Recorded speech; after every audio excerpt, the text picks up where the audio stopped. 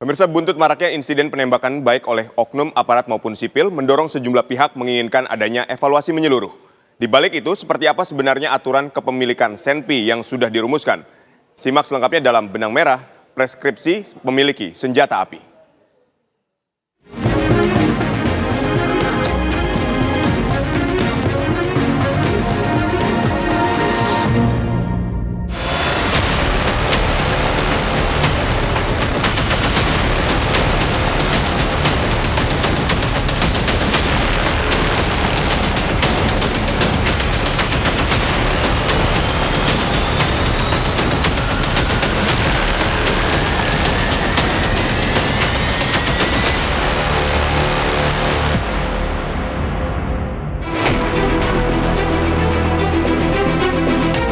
Setiap insiden penembakan, apalagi sampai memakan korban jiwa, kerap memantik polemik lama menyoal aturan kepemilikan senjata.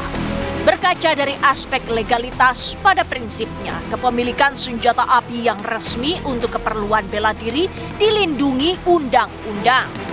Pasal 28G UUD 1945 mengamanatkan setiap orang berhak atas perlindungan diri pribadi, keluarga, kehormatan, martabat, dan harta benda yang berada di bawah kekuasaannya.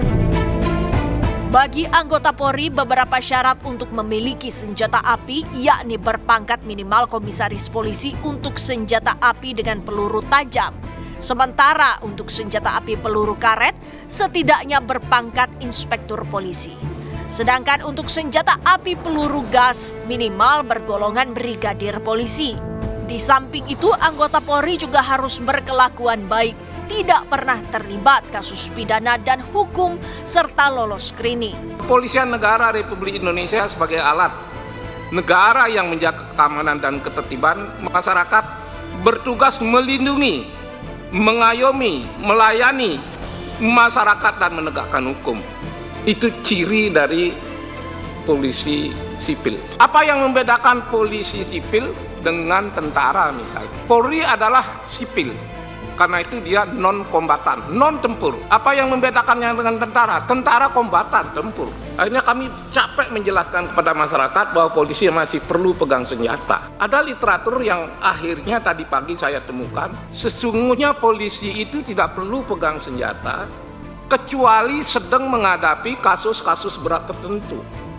Apa itu? Terorisme, kejahatan besar. Hanya itu yang polisi boleh pegang senjata. Itu pun dengan izin. Lalu ada catatan yang mengikuti kapan senjata itu dikembalikan. Melihat bayang-bayang ini, maka mulailah jika polisi itu masih boleh pegang senjata, gunakan secara baik. Jangan digunakan untuk menghadapi rakyat.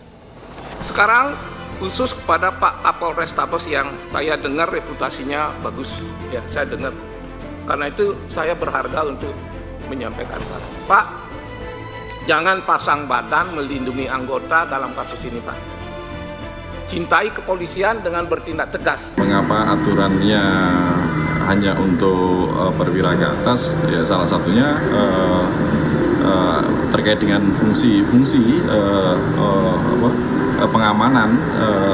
Tentu di level perwira kemungkinan ancaman kejahatan itu banyak, makanya hanya diperkenankan untuk memilikan itu perwira ke atas. Tetapi terkait dengan penggunaan senjata api itu memang harus berdasarkan tugas ya.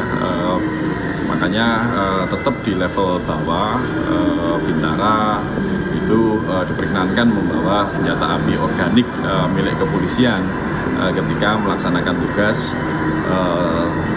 terutama yang menyangkut tugas yang berikut risiko tinggi.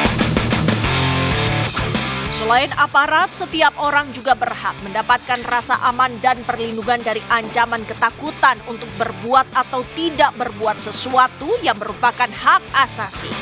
Di sisi lain, Aturan teknis kepemilikan Senpi termaktub dalam Peraturan Kapolri Nomor 18 Tahun 2015 tentang perizinan, pengawasan, dan pengendalian senjata api non-organik Polri atau TNI untuk kepentingan bela diri. Ada beberapa profesi memang yang diperkenankan membawa senjata api. Ini menyangkut ancaman bahaya atau kejahatan pada mereka. Di antaranya adalah pengacara dan kemudian kepala daerah atau beberapa jabatan-jabatan yang lain. Ini terkait dengan ancaman keselamatan bagi mereka, makanya diperkenankan untuk membawa senjata api. Meski begitu, persyaratan untuk mengantongi izin memiliki senjata api terbilang berat. Dalam hal ini, Polri berperan sebagai pihak yang berwenang menerbitkan izin dan melakukan pengawasan Senpi, bahan peledak dan senjata tajam. Sejumlah persyaratan yang harus dipenuhi seperti warga negara Indonesia, berusia minimal 24 tahun, sehat jasmani dan rohani, hingga tercatat tidak pernah melakukan tindak pidana. Kendati pun seseorang memenuhi persyaratan itu, namun jumlah senjata api non-organik Polri maupun TNI yang dapat dimiliki dan digunakan setiap warga negara paling banyak hanyalah 2 bujuk. Pemilikan senjata api untuk sipil itu memang dibatasi hanya untuk olahraga dan bela diri. Mengapa itu dilakukan? Ya memang rezim kita, peraturan kita memang melarang penggunaan senjata api untuk sipil. Makanya semuanya harus dibatasi. Makanya salah satunya dengan membatasi hanya 2 bujuk senjata untuk bela diri dan olahraga. Andai kata pemegang surat izin kepemilikan Senpi menyalahgunakan izin atau berlaku menyimpang hingga menjadi tersangka suatu tindak pidana, maka yang bersangkutan wajib menyerahkan senjatanya untuk disimpan di gudang Polri. Sementara surat izin kepemilikan dan kartu surat izin penggunaan Senpinya dicabut. Ketatnya penerbitan izin kepemilikan senjata api termasuk peruntukan penggunaannya dimaksudkan agar Senpi tersebut tidak disalahgunakan apapun dalihnya. Diketahui setiap negara memiliki aturan masing-masing yang pada intinya pemangku kebijakan ingin melindungi warga negaranya.